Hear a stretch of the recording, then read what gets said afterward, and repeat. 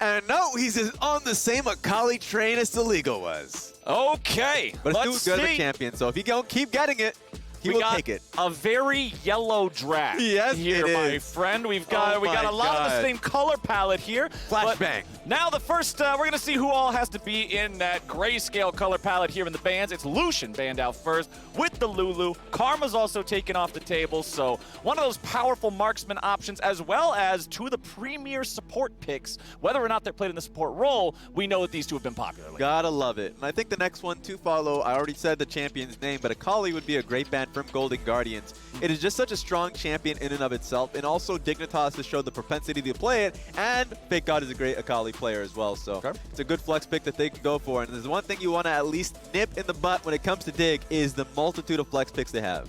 Okay, Gwen will be the next ban coming out here from the Golden Guardians. That one almost feels like a mandatory tax if you're playing on the red side. She is so difficult to deal with these days. Senna will also be banned out. Senna Tom Kench still popular, so take out one half of it. Don't have to worry as much about the other half. And the final ban here in the first half of the draft for the Golden Guardians will be Rumble is what? available. Remember, it's Dardock's Rumble as well. So Akali's still up too? That's true. So Dignitas get the option to choose one or the other. I think Golden Guardians will not ban either, so they can at least... Okay. Nope. They're going to ban the Akali, so it's going to be a Rumble. They must have a Rumble answer. Perhaps it's just going to be the Xin Zhao everyone has gone towards. Yeah. Interesting to see if Dignitas actually have picked up a new champion. Let's see if... okay, no, it's going to be the Rumble. He's just so strong, man. Yeah. I mean, ever since he got the buffs, ever since he gets the bonus attack speed, the super powered percent HP damage. Punch the hell out of his camps. His strength as a jungler is just ridiculous. So I'm not surprised to see him go here first in the draft. But now the Golden Guardians, let's see what they got cooked up to deal with that Rumble. You already named Xin Zhao as something that has become a very popular answer whenever you see that Rumble picked early on in the draft here. We'll see if that's what they want to go with. The Ruin King also still available. And that's a lock-in for Viego. All right. A Viego, of course, can be played in the jungle. We saw Jose Diodo play that one, but I'm expecting that to be a solo lane Viego. It'll be nice to see as we go on throughout the draft.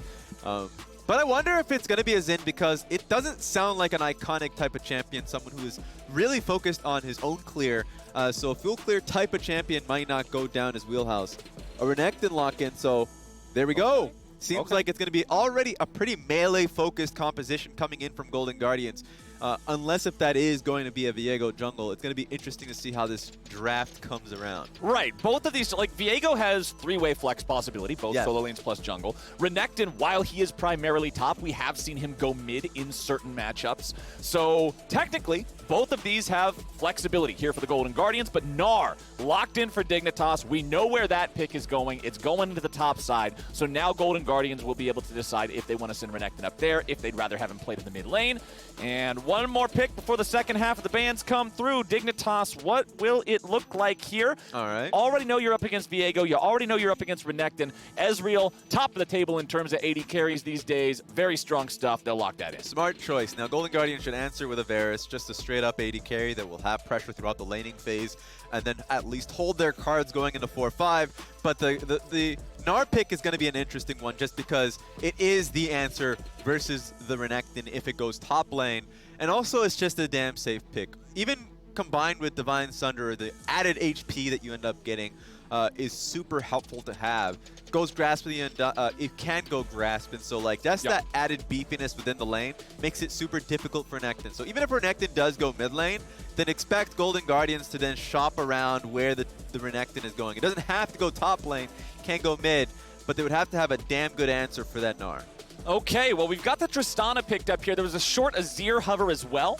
So Tristana could be going into the bottom lane against the Ezreal, could be going into the mid lane either. So a little bit more time to tell on that one. But in the second half of the bans rolling through, it's Braum banned out by the Golden Guardians and Nidalee removed from the pool by Dignitas. Yeah, I like the Tristana pick, and it feels like it's in the same vein of the Kai'Sa. When it goes up against an Ezreal, you can follow it when he's trying to, blink away from a team fight. If he's trying to escape, blink, flash, whatever it is, the Tristana can hop up, try and aim for a reset. So, you know, I'm expecting an exhaust on the side of Dignitas. It's hyper useful versus a Tristana to put her in at oh yeah, in that int range. Oh yeah, try and burst her before she gets that last auto attack. So it's going to be interesting to see what Dignitas follows up with. From winning to inting very quickly on a single summoner spell, exhaust is the sauce if you're trying to deal with Tristana. Hell yeah. Sets banned away, and our last ban. What in the world is? I think it's a Volibear. Is it? It's the. Let's just say Volibear doesn't have a very that? nice silhouette for his champion when he's grayed out. Okay, well, I don't know what that is. That's something. Anyway, we got another ban coming out on Dignitas, but now the Leona locked in for the Golden Guardians. You love to see a champion like this next to Trist, but Callista Thresh. That is an Ezreal mid lane. Okay. And I've seen this from Yusui in the past. Actually, the last time I saw it, it must have been in Team Liquid Academy. It did not perform well, but that was also in a very unperforming team. So, but the most important thing is, this is Neo's Callista that has been banned consistently against them. Every game it's been nixed away, and now it's going to be going up against Golden Guardians, the Callista Thresh duo for that too. And we got Leona, Diana putting their differences aside and working together to bring down Dignitas here. So it'll be the Diana in the jungle, maybe, with the Viego mid against the Ezreal. It'll be solo on Renekton top, dealing with that Gnar like we were expecting there. Tristana Leona versus Thresh Callista. How are we feeling about this overall as a 2v2, especially with what you were talking about with Neo being this Callista that everybody has so much respect for? So the respect is definitely there internally as well from Dignitas. They want to play towards Neo and Aphromoo consistently, and what better tools than literally Callista ulti with the Thresh on top of that. Super safe with the Lantern, also incredibly aggressive with the hook to follow up. So there's a lot there, for at least from Dignitas side, so I'm expecting that to be the case. From Golden Guardian side, we've actually seen Diana jungle internationally, you know, globally with multiple comps, and I think it does really well here. One thing that Rumble doesn't have is that level of self-protection. He needs that stopwatch in his Zhonya's to, if he just does get jumped on, to keep himself alive. And so the Diana is going to be helpful. But if we're already expecting the exhaust to be there when the Tristana is there, expect that to be the same case when Diana also jumps in. So I think this is a very high-value exhaust game from Team Dignitas. Okay. I'm excited to see what the Diana's able to do here in the jungle. I think this will be fun. I like it because it is sort of that thing that dives right in like you're talking about, similar to what you would see Xin Zhao do against the Rumble, how that's become a popular pick. Yeah. So here we go out onto the Rift, my friends. We got Dardoch running the Dark Harvest. You got Yusui with the Conqueror there in mid. Neo has Cleanse as you do up against an enemy Leona. But here's the thing. Aphromoo Ignite. There is no exhaust against the Viego, Diana, Tristana, Renekton combination. So that means if either of these marksmen are caught out, you say goodnight. Yeah, but it's very clear what Dignitas want. Win lane, win game. Like, have that Ignite mean something. So I'm actually going to be interested in seeing how, you know, Chime can deal with what is, of course, going to be a level 2 push from Aphromoo and Neo. And if they do end up pushing the wave in the bounce back, there's actually so many things that they should be concerned about within the laning phase. So I want to see what Golden Guardians ends up doing. It seems like Dan is going to be pathing up towards top side. And so Stixxay and Chime is out to the wolves. Alrighty, nobody's doing anything too wild here early on before minions arrive. Yasui's just chilling there around the halfway point in mid lane. If somebody walks near him, he can try to get a free Q, just get a little bit of extra damage down on there, pad the stats a bit, but nothing a whole lot's going to happen. Sometimes you see Rumble get invaded early on because of his weak level 1 having to spam his scrap shield, but that is not the goal of Golden Guardians this time around. They will just do whatever they can to get Iconic started, and we will do whatever we can to get through this pause. I was a little concerned there. I was like, Aphromoo with no hands on the keyboard. I was like, oh my god, the guy has his hands off the wheels. He's next level gaming. Yeah, I was like, this has to be a pause. But a lot to take note of. The Ezreal is something that probably is not going to be, there's so much to talk about within the game that it might get passed over, so just take a note of it. It's such a high-risk pick because it does have a trough within the tier build, right? Yeah. And also, it does take a while before you do end up getting Divine Sunder, but when you have that build, and if you don't fall behind in the lane, then yeah, the compositionally is so strong. But that's always been the case. Our last game I remember from Yusui on this pick did not turn out well because if the enemy team wants to get you, they're going to do it. Doesn't matter if you're underneath turret. If it's the shortest lane, they want to set up a dive, they'll get the dive. And the thing that I'm a little bit concerned about too on the side of Dignitas, when you're looking at these champions that they have, when you're looking at a Gnar, yeah. when you're looking at Rumble, when you're looking at a mid lane Ezreal, if you fall behind, where's the wave clear at? Yeah. I mean, you get a true shot barrage every 60 seconds or whatever, but outside of that, spamming Mystic Shot is not the most effective way to deal with clumps of enemies. So it could be that if Dignitas falls behind early in this game and the Golden Guardians are able to get ahead, that they can stay ahead just by applying the proper pressure when their opponents have pretty weak wave clear. Yeah, just based on the composition alone, I like what Golden Guardians have, absolutely. The concern is always, and this is, it reminds me of like, this, you know, in scrims, you always think, we have an answer for the Kalista Thresh. We always do, like the Thresh, it's like the Ashe, you know, Braum or something like that. You always feel like you have something. But if you just make one mistake in lane, and if the Thresh... Oh, it's so difficult. Exactly, and it's super punishing when they end up getting an experience advantage as well, so... There's just a lot that can come about. Not even just that, you know for sure Dardoch is going to be coming towards the lane. It's also double TP on both sides, but certainly Dignitas are going to be looking to use that aggressively to support Neo and Aphromoo. So that's you know, what I see when I'm looking at both these comps. And as we pan bottom, you see level 1, man. Aphromoo just walking up. Support is so easy. Lead the way. Have presence in the lane. Immediately just starting off some of that 2v2 trading down here. Of course, with no death sentence, he won't be able to go fishing underneath the turret like this with their opponents already shoved back.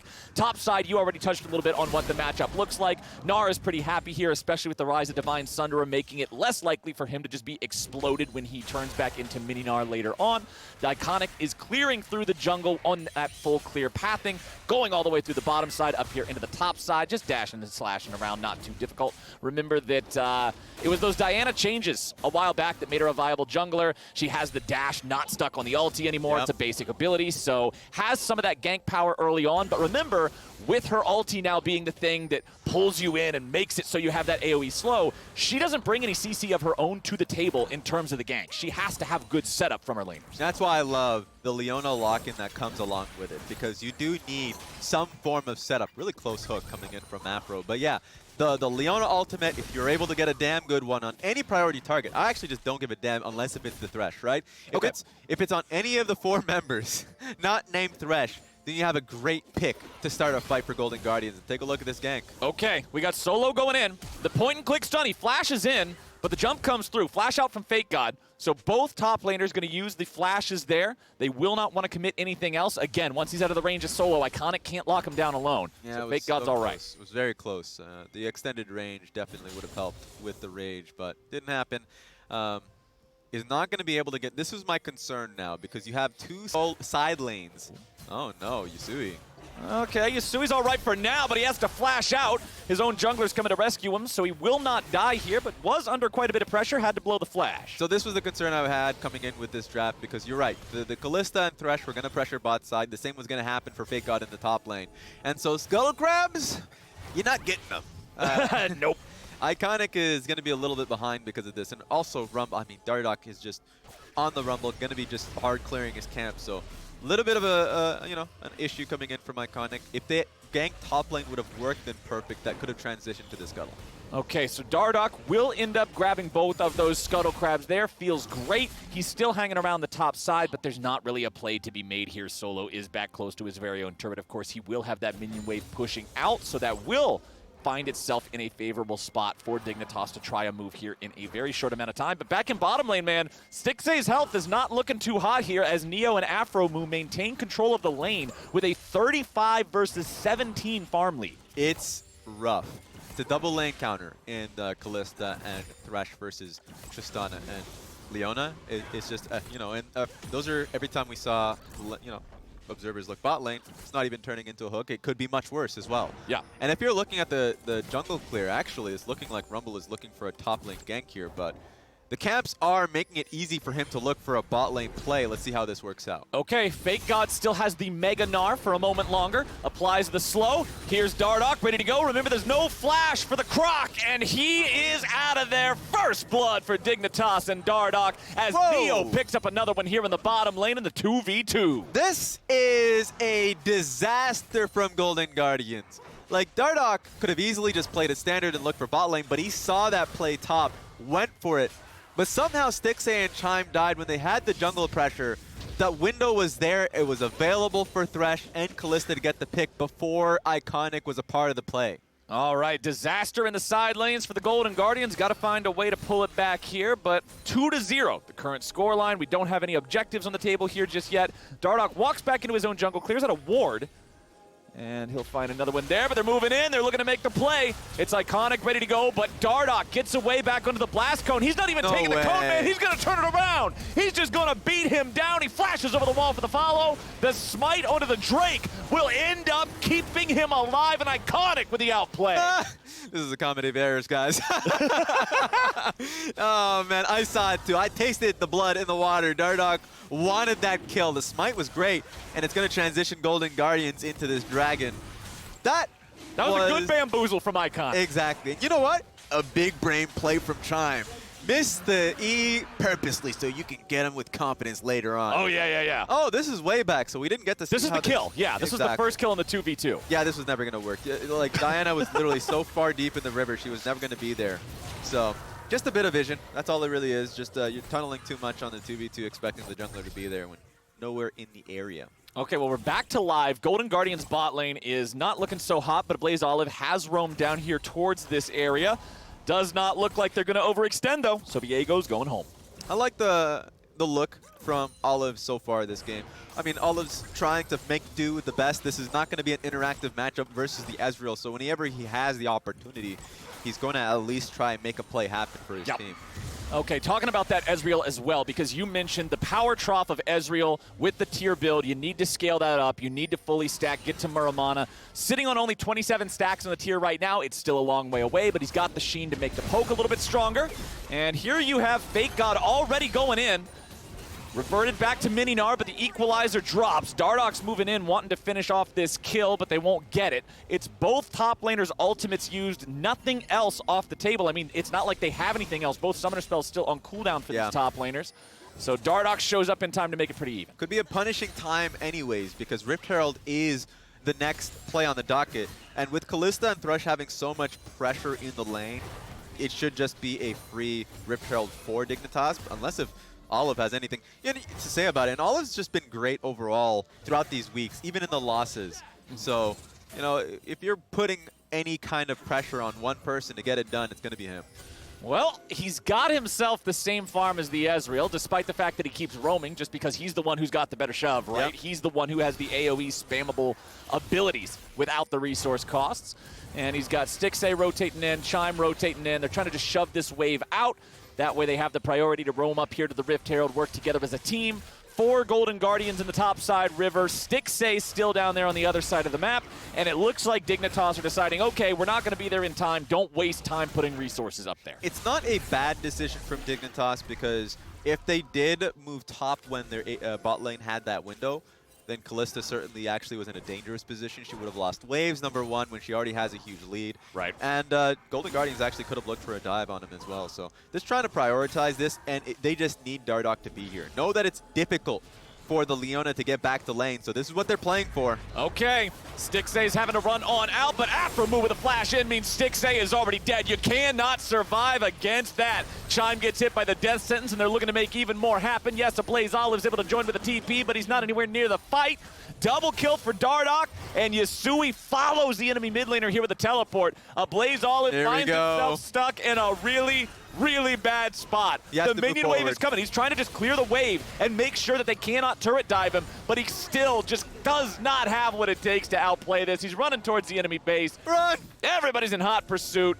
Wait, am I a liar? Is he just going to walk out? He's gone. Is he just going to walk out? What in the world? A Blaze Olive just casually strolls away from 4. The sweat was just dropping down his forehead. The moment his team was dying right behind him underneath the turret, he was like, all right, I need to clear this wave out to delay. And he found that window to move past Yasui to get his way out. So great job for him, but this is just dire position here from Golden Guardians really starting in this game. Yeah, 2,500 gold down. They're going to get some of that gold back right now, summoning up the Rift Herald here in the mid lane. They'll take off the first plate, most of the second one. Honestly, they should be able to get this pretty close to removing that 4th plate, but not quite just yet. A Blaze Olive really wants it. There we go. Money coming through, keeping this game a little bit closer than it was. But Golden Guardians, man, they still got a lot of catching up to do. Yeah, and I mean, even with the gold, team gold not being too far off, it's the individual gold, the AD carry, the ones that matter the most here in the Kalista Thresh, that is just eye-popping. 100 CS being hit by Neo versus 68 there from Stixay. So, like, he was already in a pretty bad position because of the lane matchup, and it was Golden Guardian's decision to go for Rift Herald that caused them, Dignitas, to expand that lead and look for a dive bot lane. So that was just a really smart play from Dig to recognize, hey, we want to play for Neo. We can do more than actually go for Rift Herald, and I would love to see more teams do that. So it worked out well for Dig, and it's you know, something that Golden Guardians have to be aware of. Well, we also have to be aware of the Drake spawning here in about 20 seconds. That'll be our next objective that teams could fight over if they choose so. However, with complete bot side control for Dignitas, absolute domination of the 2v2, and Dardoch already hanging around down here, it doesn't seem like the best idea to fight this for the Golden Guardians. Yeah, and it's not like they don't know Dardoch's here, right? They see him on the ward, but oh wait, what? All right, they're already jumping in, but up in the top side instead. Dardoch's now in some trouble, into the stasis, blown up. He's gone. Shut down, credit to Iconic. Stixay's about to try to run away, but he gets flayed right out of the rocket jump. He'll be the next one killed off. Neo's trying to outplay, but he cannot hop, skip, or jump fast enough. Ablaze Olive says, let me show you how it's done. Double kill back over there to that mid laner on the side of the Golden Guardians. I am made a liar yet again. They fight for the dragon, they win at the dragon, and now they're gonna take the dragon. Yasui's on the run, Ablaze Olive's on the chase. One more stab won't quite do it. The man walks away with 25 HP. It's Big Boy Olive time. 3 kills this early in the game. And what a comeback from Golden Guardians. They knew the dive bot was coming, and it was Iconic Chime that dove on top of his head, and it was Olive that was there. Just picked up this turret, just picked up second dragon in the game, and Dignitas are the ones that are sweating. Gold is now even again. Gold is now even. Golden Guardians with a 2-0 Drake lead. Let's take another look at the fight here where Dardoch, honestly, he was just too far away from help. Yep, the wave was just crashing. He thought it was a safe timer, but the ward caught him in transition coming in, and they knew that they had this window. This part, important. Such a good play. They know that they can get Stixay, but it was Olive that was there instantly on top of Neo alongside the Diana. Quick action, quick work being done here that caught Neo off guard. Yeah. And I mean, the power of Viego with the execution on the ultimate and just being able to snap to his position, it doesn't matter how much he can hop around. It doesn't matter how much you're trying to do this cool outplay. You can't touch me, ha ha ha. No, you are getting bonked over the head with the stick of justice and you are going to die. And you could see the damage in that last fight there, the meters on the bottom. A lot of damage coming out from Iconic on the Diana. This is what I wanted to see from this pick. If you're giving over Rumble and you think you got the answer, that answer better be putting up numbers, and right there it was. There it is. And I mean, the two members that should be strong are strong from the Diana and, you know, and Olive. Yeah. So they are going to be the people who are going to be rotating to either bot lane. I would expect them to go bot lane consistently. It's going to be a scrap. Dignitas are not going to give away what is a strong Kalista Thresh, but I just really love what Olive has here in Viego, and it's going to be difficult for Neo to back away, especially without summoners now. Yeah, Neo still has a decided advantage over Stixay. Stixay is over 50 farm behind. He's 0-2-3 on the Tristana. It is not a good game for Stixay.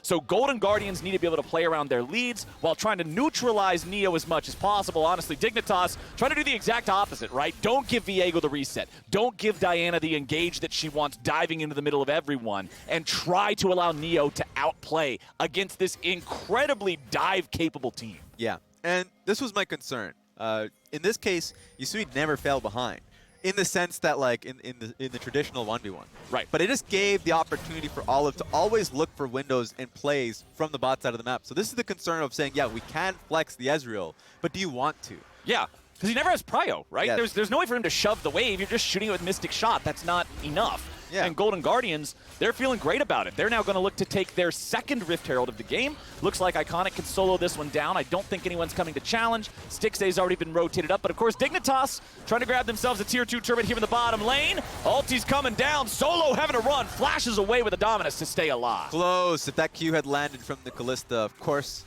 would have been the kill to follow up. And this time around, I mean, I just like what Dignitas are doing and continuing to pressure bot side. For a Rift Herald that is post 14 minutes, is not going to really give you much. Yeah. So, I mean, they're just extending the lead that they have. Now they can just ward deeper into the blue side jungle. It's going to help them out in the long run. I mean, if you use Rift Herald to get a tier 2 turret, you always feel good about it. Yep. So why not just get a tier 2 turret instead of Rift Herald? We're eliminating the middleman, delivering straight to you. That is exactly how the Dignitas bot lane is playing this game. Let's check in on the items right now, because Divine Sunderer has been completed for the Gnar. And as a matter of fact, we've got Mythics online for a lot of people. Two of the exceptions, of course, being Stixay, who has fallen pretty far behind this game. And you can see Yasui just now completing his own Sunderer because of the fact that he stopped off for the fully completed boots first, because he needed to get the tier, because he was trying to get those early advantages in the lane. But now that the Sunderer's online, the poke is real, my friend. Yes. And so the Sunderers are one thing to point out from Yasui's point of view, and also the Gnar as well. But I love the shield bow pickups here, specifically from Olive to dive in deep. He's going to have the Blade of the Rune King soon enough too, and so I'm concerned for the carries of Dignitas if they're going to actually survive, because he's going to be pretty relentless. You know, Viego is a really sticky type of champion, so. Yeah, especially with the resets, getting the extra ultis, getting the iframes, not being able to properly focus him down, and they use the Rift Tail to try to give him even more local money. Ablaze Olive continuing this split push situation. He's got his jungler shadowing him as well, in case Dignitas tries to make some sort of a punish here, prevent him from getting the second charge onto the tier 2. Not gonna happen. Next Drake is alive in 20 seconds though, so you would believe that the Golden Guardians want to send bodies down there, considering they've already got the 2-0 lead in that department. Yeah, they just lost so much pressure in the bot side that Dignitas have full autonomy here. Sure, Renekton does have teleport just in case, but I think it's probably safer from Golden Guardians, who have the first two dragons, not to take that risk that could throw the game against what is, you know, picks that want to try and pick you. Thresh and Kalista are literally built for those moments, being in position and trying to aim for you if you do try and clear out the vision or walk into the vision, I think, more accurately put. So yeah, Dignitas recognize that they're just going to get a free dragon and also aim for the mid lane turret as well. Hey, that's what you want to see, right? If Dignitas is in a position where things feel like they're a bit more Golden Guardians favored right now, Dignitas doing a good job to avoid the fights, take control of the parts of the map that they need to, and get not one, but two objectives back-to-back right there. It always feels good. So the game's still at an incredibly even state. 18 minutes in. It's 5 minutes away from the next neutral objective being viable, because nobody's going to rush Baron down at 20 minutes here in this game so far. So the question I want to pose to you, Raz, what do you want to see out of both of these teams in order to take control at this very close, very pivotal point in the game? From Golden Guardian side, I want to see them play around Olive's push. So if Olive, who has teleport, I mean double teleport for both these teams, but Olive right now is just the strongest man on the court. I want him to see him push one side lane and always have this team lean to the side that he's pushing in. So they have control constantly. If it's going to be split pressure play from both teams, then great. I mean, Golden Guardians are going to be fine with that, being the ones that were behind a little earlier in this game, right? Meanwhile, Dignitas, they should be confident always playing towards Kalista Thresh and just seeing if they can get a pick. So this should be, in all intents and purposes, I think both teams are playing this well, just a slow game until third dragon is available. Okay.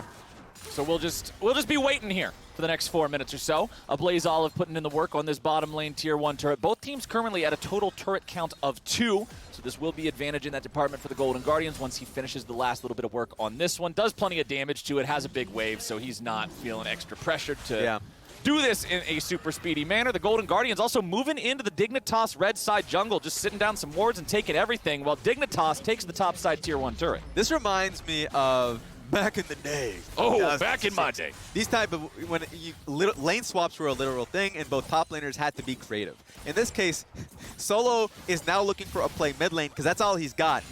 Meanwhile, Fake God is just trying to sit idly by, wait for the wave to finally get to him, and Olive is, you know, complete with his mission. So he can pick it up. Now, Renekton's not going to be able to find that play on Ezreal too safe. He's going to cut through his own jungle, where he does have defensive wards. All of these are safe. So it's like, I think it is interesting to see it, because the top laners are literally the only targets on the map that they can try and go for. So. Well, we got Chime showing up here, just in case Dignitas was planning some sort of shenanigans to dive after Solo. That will not happen successfully. Ablaze Olive has also joined the party, as the sweeper will find a ward, and they'll do what they can to clear out what Dignitas was setting up in here. Remove all this vision, try to make a move. It's Chime stepping forward. It's the collapse coming in from the Golden Guardians, and they'll look for even more, but the Equalizer wants to turn it back around. A good stasis from Iconics, able to keep him alive. Flashing out of the True Shot barrage to continue their escape. What a great Kalista ultimate that saved Afro in that moment, because that was a great flank from Iconic.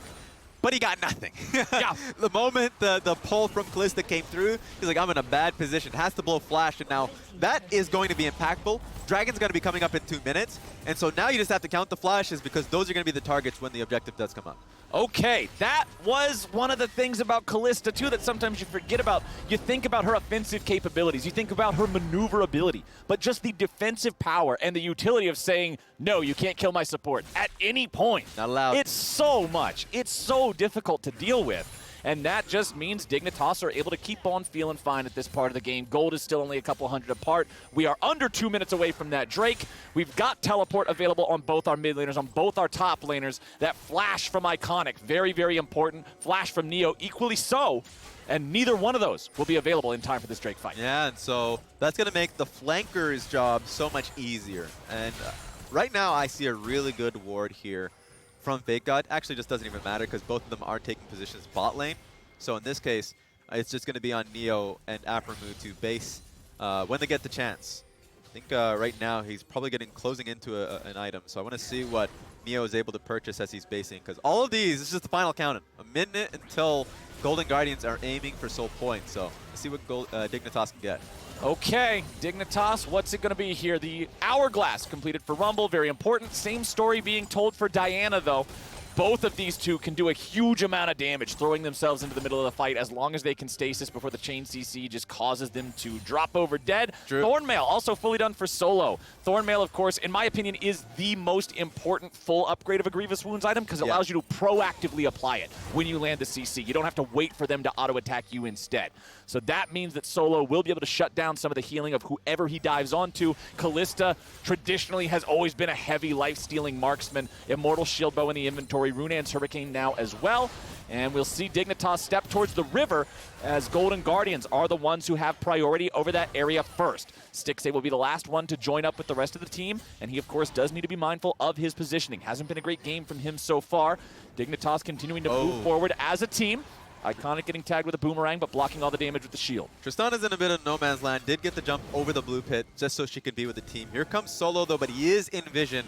Yep. And these are usually really difficult parts of the game. Fake God is in a great range at Rage Bar just to instantly proc it. Let's see what ends up happening. Okay, Death Sentence goes wide, won't find a target. Dragon's going to be taken low, Dragon's going to be taken down. Golden Guardians now looking to take the fight as Afro moves down below half HP. Iconic getting hit with the equalizer and getting focused. Pulls off the ulti, goes into the stasis with only a moment to spare, but Afro moves going to be saved by the Kalista yet again. Throwing some damage back into Fake God, who finds the Mega Gnar only onto the enemy mid laner, but he's the carry, so that still counts. Solo's about to be killed if he ain't careful. He's trying to run away. He's still got the flash, but they've got the angle. Solo's continuing the great escape, but is it great enough? He flashes over the wall. He flashes forward. He flashes into his own demise, and the Golden Guardians are being completely deleted. Yes, they kill the enemy Kalista, but they are aced, and it's Dignitas taking the team fight. Very smart from Dig. Not only being able to take down Iconic at the very beginning, but they just rounded up the rest of Golden Guardian. Said, okay, you ain't going back to base.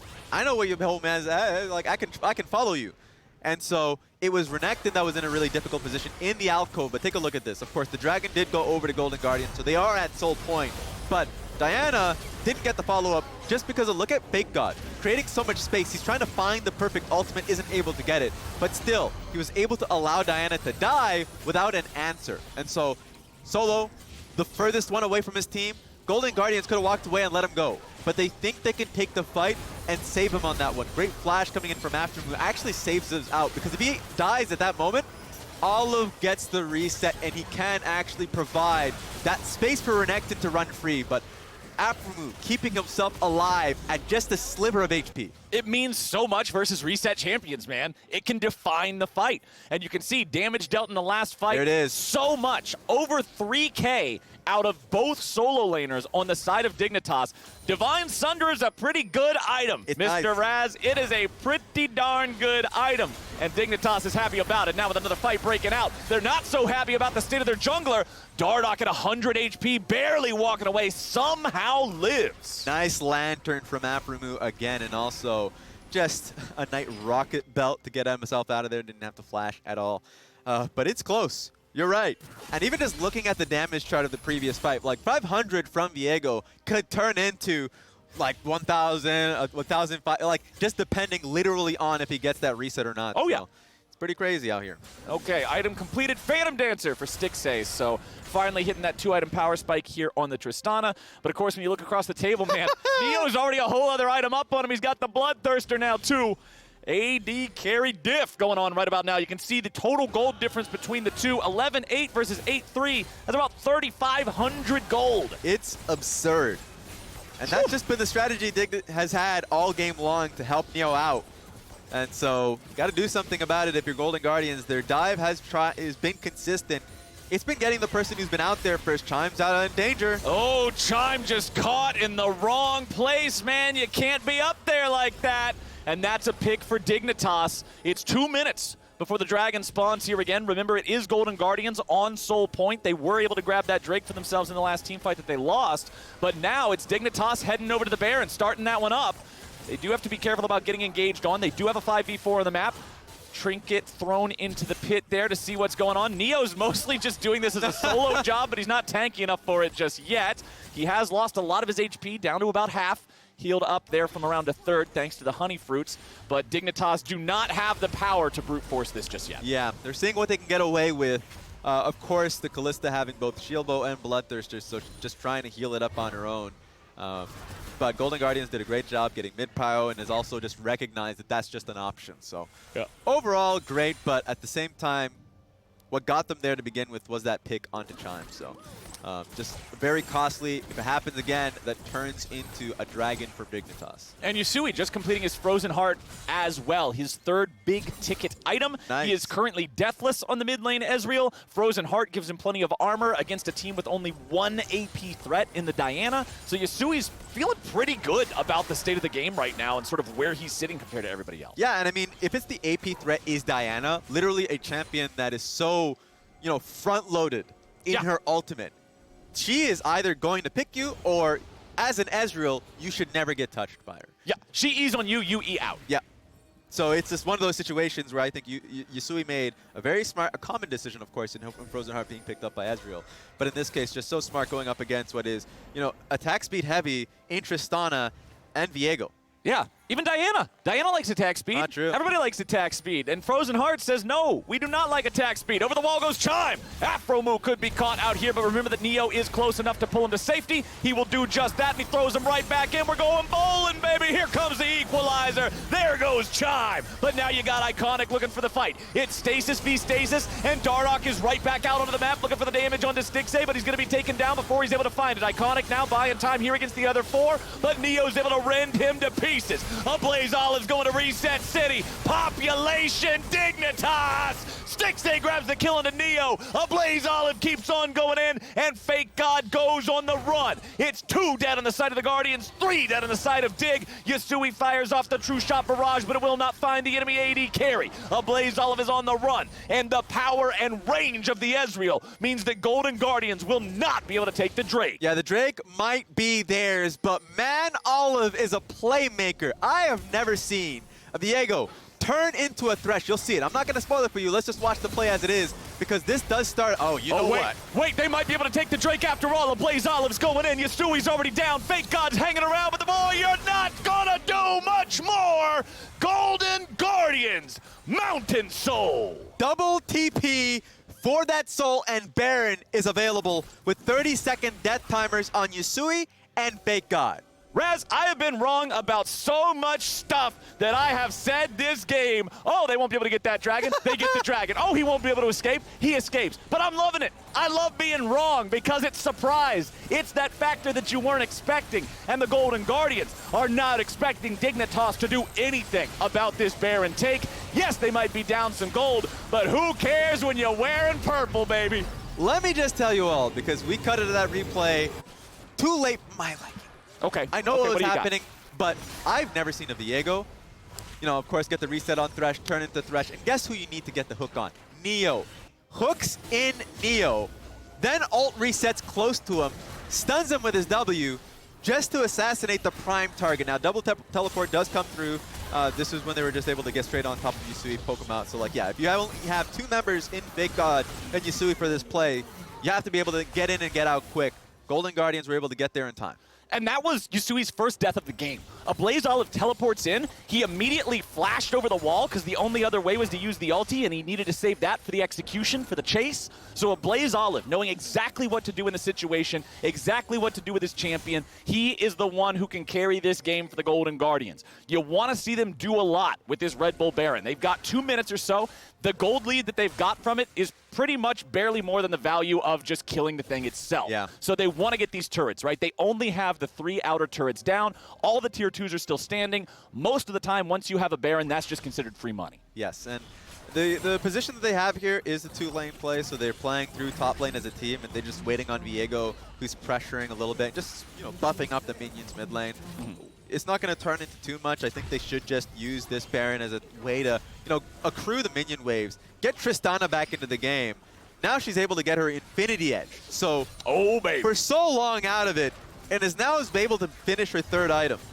And remember that Tristana's damage profile in the late game is significantly higher than Kallista's. That's always the thing about Kallista, right? Is she feels strong in lane, she feels strong in the mid-game team fights where her powerful lifesteal and mobility allows her to outplay opponents. But when it comes to that late-game situation of, hey, your job is to be at the top of the DPS meter, she just can't hang with a champion like Tristana. The range is just too much. Not even just from the Tristana perspective, but also you're looking at too many things. The Diana that obviously wants to dive on you, the flank that Solo is looking for, and the strongest person on the planet in Ola's Viego that is just eyeing you throughout the team fight. And so it doesn't matter if he ends up getting the Rumble pickup, he's going to look to reset and just try and get on top of you as an extra bit of dash. If he gets the Thresh like he did in the previous fight, that's a hook coming right at your face. And there comes True Shot Barrage. By the way, it did the Mountain Soul's worth of damage, and nice. That's it. So that shield doing a lot of good work. Observers just looked in at the ward behind Golden Guardians, so we might see a big teleport play coming out of Dignitas here. Fake God has the Gnar bar ready, but he'll instead move over. Dardoch getting caught out now. Another stun coming in. Dardoch continuing to walk away. Nice patience, nice discipline, not using the Zhonyas there, and he'll go back to the fountain to heal. But this is going to give Golden Guardians a great amount of confidence to move in on this turret, knowing that Rumble is not going to be there. Well, we've got the Baron buff finally gone, so Golden Guardians know that they don't have that extra power on their minions anymore. They will back away. 3 minutes until Baron, 2 minutes until the Elder Drake round. Flowers, this has turned into a banger. Oh, baby. Golden Guardians, exactly. Golden Guardians don't want to throw on this play for bottom lane inhibitor, even with Dardoch down. It's going to be about that Elder Dragon. If there's a smite fight, I don't think it's going to happen, but it's always going to be the case if you have perfect vision, then great. But if you do make a mistake, that's going to give Dignitas an opportunity to make a play for a game-ending buff. Elder Dragon is fantastic because no one refuses to fight for it. True. Because you always have to make the decision in League of Legends of what is more likely to let us win, even if it's a low chance versus another low chance. Just let them have Elder is never the better chance. Because it's so broken, because it's overpowered, because it's meant to be that way, it means that we're getting a team fight here in about 75 seconds. So we'll see who's got the better setup, who's got the better prio. Right now it's Dignitas who have control over the bottom side river. Solo is backing, but he does have a teleport. If he finds a proper flank, it could be a really good spot. Or if he goes in unsynced with the rest of his team, it could just be crocodile dinner. Yeah, this is a great setup here from Dignitas to be on position first, but this means that Golden Guardians are going to push a little deeper to try and get the next wave. But if they do, then if you're asking Golden Guardians, are they looking to prioritize an inhibitor or not? Here they are. They're already going in. It's Chime starting it off. Neo's going to be killed if he's not careful, but Solo's able to find the flash. Chime's going to die. Neo trying to stay alive, but he's already killed off. Dardoch doing the same. Golden Guardians looking for the rest of the damage, but now Iconic has found the ult, and Golden Guardians has found the team fight. Stixay's jumping all over the place. It's Tristana's revenge. Have a mouth full of bullets. Stixay takes the ace. 40-second death timers on Dig's side, and that's going to be Golden Guardians looking for the win. That was huge. The first layer, I didn't see it coming. Straight on top of the head of Neo. And then it was the flank coming in from Iconic to get 3 members. Damn, that was a beautiful team fight from Golden Guardians. Golden Guardians getting it done. They will take down down Dignitas. They will find a super important win here today, and they will earn their victory. And that will tie them up with CLG. We're talking about that climb that they have. Now you have to believe, especially with a win versus Dignitas that has been ramping, and of course are above a 500 right now. They have more wins than losses, and they've been looking good in their previous wins. That says a lot about this team and a lot about a Blaze Olive. A Blaze Olive on the Viego, making things happen, surviving in the bottom lane in the middle of 4 people when it looked like he should have been dead to rights, coming back with the teleport to kill the enemy mid laner that up until that point was deathless, steal his body, secure the soul with it, and then hunt down somebody else. The man was making a highlight reel, and that is exactly what the Golden Guardians need. Absolutely, man. I swear, if you're on YouTube right now, replay those fights, especially the mid lane fight. That was my favorite. The stolen hook. Yeah, the stolen hook on top of Neo, then ults towards him, then stuns him. That's just sick. Yeah. Like, there's no way to put about, like, no way about it. And that's the thing, because like so much of like Viego and his reset and his possession, I'm in the camp that believes the strongest part about Viego's possession isn't stealing the enemy kit, it's the iframe, it's the ultimate reset. But there's some of those moments, those glorious golden moments, where you do make the most important part of the possession be the enemy kit, where you do perfectly play their champion in that moment, and it's so awesome to see. A Blaze Olive, hats off to him, man. Yeah. He played incredible. Speaking of rewarding, what's more rewarding than a dub? Like, Oh, you gotta love it. they got a sweet dub, and of course that's going to mean player of the game goes to a Blaze Olive, if that wasn't the most obvious thing on the planet with how this one. Like, it was ridiculous, of course. The constant roams, when they were behind in the game, to find angles. He couldn't, it fizzled at times, so you couldn't really find the play. But there was that mid lane, that bottom lane river play that they did. They found the kill on towards Neo that got him 3 kills early, and that got that snowballing. Yeah, and then his ability to play in the fights, even the fight where he got blown up early, and you said, hey, one reset can be the difference between 500 damage or 5,000 damage. That's just the way it goes with Viego. But now we're heading on over to Dash and a Blaze Olive for our Verizon post-game interview. Thank you very much, Flowers. Standing by with our player of the game, a Blaze Olive. That came through so quickly. It was unanimous that you would be determined the player of the game for the Viego play. I imagine you're riding a bit of a high after that performance. Yeah, for sure. It feels really good. There's a game-winning Mountain Soul team fight that I got a big hook on when I was playing Thresh, so it feels really good. Okay, so that ties in perfectly to something I was had a curiosity around. For all those mid laners, well, any player playing Viego, especially at the pro level, what's the best way to practice Viego? Is it to go play every other champion so that you know what to do when you become them? Or is it just play 1,000 Viego games so you experience playing as every other champion? Well, I think probably the easiest way is just play for 10 years like I have. Okay, so fair enough. I've been playing since Season 1, so like every single champ has been meta at some point, so I've played every champ. So there's a time when Thresh was OP in Season 3 that I played like 100 Thresh games, so that's kind of how you build that strategy. But yeah, probably playing other champs is better now. Okay. Go get an S on every other champion in League of Legends, and you'll be a top-tier Viego player. Within that, though, you did have to be a carry, in a sense, within this game because of how lopsided the map became. Most notably, I was looking at a scoreline of 3-0-0 in your favor in the mid lane, but down in the bot lane, there was quite a CS discrepancy in favor of Dignitas. So I'm just kind of curious, when you hit those 15-minute, 20-minute marks in the game and the team takes stock of where you're at, how do you guys determine how your game plan changes based on who has the gold and who has the priority in their matchups? Well, we rely a lot on Solo. He kind of gives a lot of confidence on what our game plan should be. We gave the 3rd Dragon up just because our Tristana was really weak, and he was kind of like the main person deciding, like, yeah, we should just chill out for a bit. Even though I was really strong, like, the AD carry is like so important for team fights that Kalista isn't like the most scaling champ, so her getting like 3 items to like 2 items on Triss isn't like that big of a difference versus like 1.5 to like 0. So Gotcha. Yeah, I mean, it's a lot about just trying to stay cool in those situations, like know that, Tristana will eventually be useful. Obviously laning was tough, but that doesn't mean that she won't scale well as an AD carry. It's kind of why they're so strong right now. So yeah, sweet. It's cool to get that kind of perspective on how those decisions are made within the moment. Now, beyond that, Golden Guardians right now sitting, if we were to just isolate Summer split performance, 3-4 record. That actually matches the number of wins that you guys picked up through the entirety of spring. And so already a phenomenal start compared to where we were at in spring. I'm curious from your perspective and how the conversations have been off stage about where you guys are in the league right now. understanding that, of course, spring carried over. And so from an overall standings perspective, it doesn't look great. But it appears in isolating summer that you've made tremendous progress.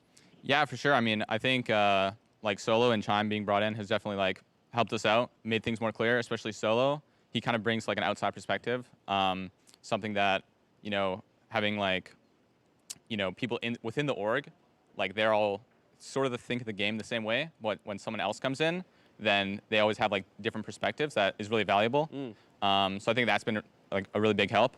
I mean, I'm also biased. Like I think our spring record was like a lot worse than it should have been. Fair. But yeah, I mean, I'm happy that we're doing well in summer. I mean, this is the first time we won 2 games in a row, so that feels really good. And then, hopefully it never stops. Hopefully we just keep winning. Yeah, that is the goal, right? And of course, top 8 will make it into the postseason. When it comes to that drive to make it into the postseason and even possibly challenge for a title or a world spot, I'm curious of 2 things. Number 1, what you feel is Golden Guardians' current greatest strength as a team, but also with the addition of these new members has been identified as the place where you have the most room to grow. I think right now, like, our greatest strength has definitely been like our macro, like sort of later into the game, like mid to late game. I feel like we've had a pretty good understanding of what to do. It seems like in our losses, like the few losses that have looked really bad, we just got destroyed early game, and then all the other games were like kind of close. I felt like so. I feel like a good strength of ours is just playing out that mid to late game situations. And then when it comes to like the new members, I mean, I played with Chime in 2020, and I was extremely impressed when I played with him. So I think he's going to grow even more. Like the biggest compliment I gave to him back in 2020 was that he kept learning and he never like stayed stagnant, which is quite uncommon. Usually there are just things that you don't fix because it's like integral with the way that you play. But he did a really good job of like continuously learning. So I thought like he's definitely continuously growing, and Solo is really good at like helping us all improve. Not just Chime, but also me, Iconic, and even Trevor. Like we're all learning from each other. So I think if we keep using our ability to learn, like we'll get a lot better, and the results will show. Well, as you said, the results are already showing. We'll look for them to continue. One final question. This is a short one. I don't know how much of a viewer you are of this or that. Don't answer that. But 2 weeks ago, Kobe and I had a slide, and it was entirely about you. How do we shorten your name? Is it a Blaze? Is it Olive? Or is it a Blolive? And there's only one right answer.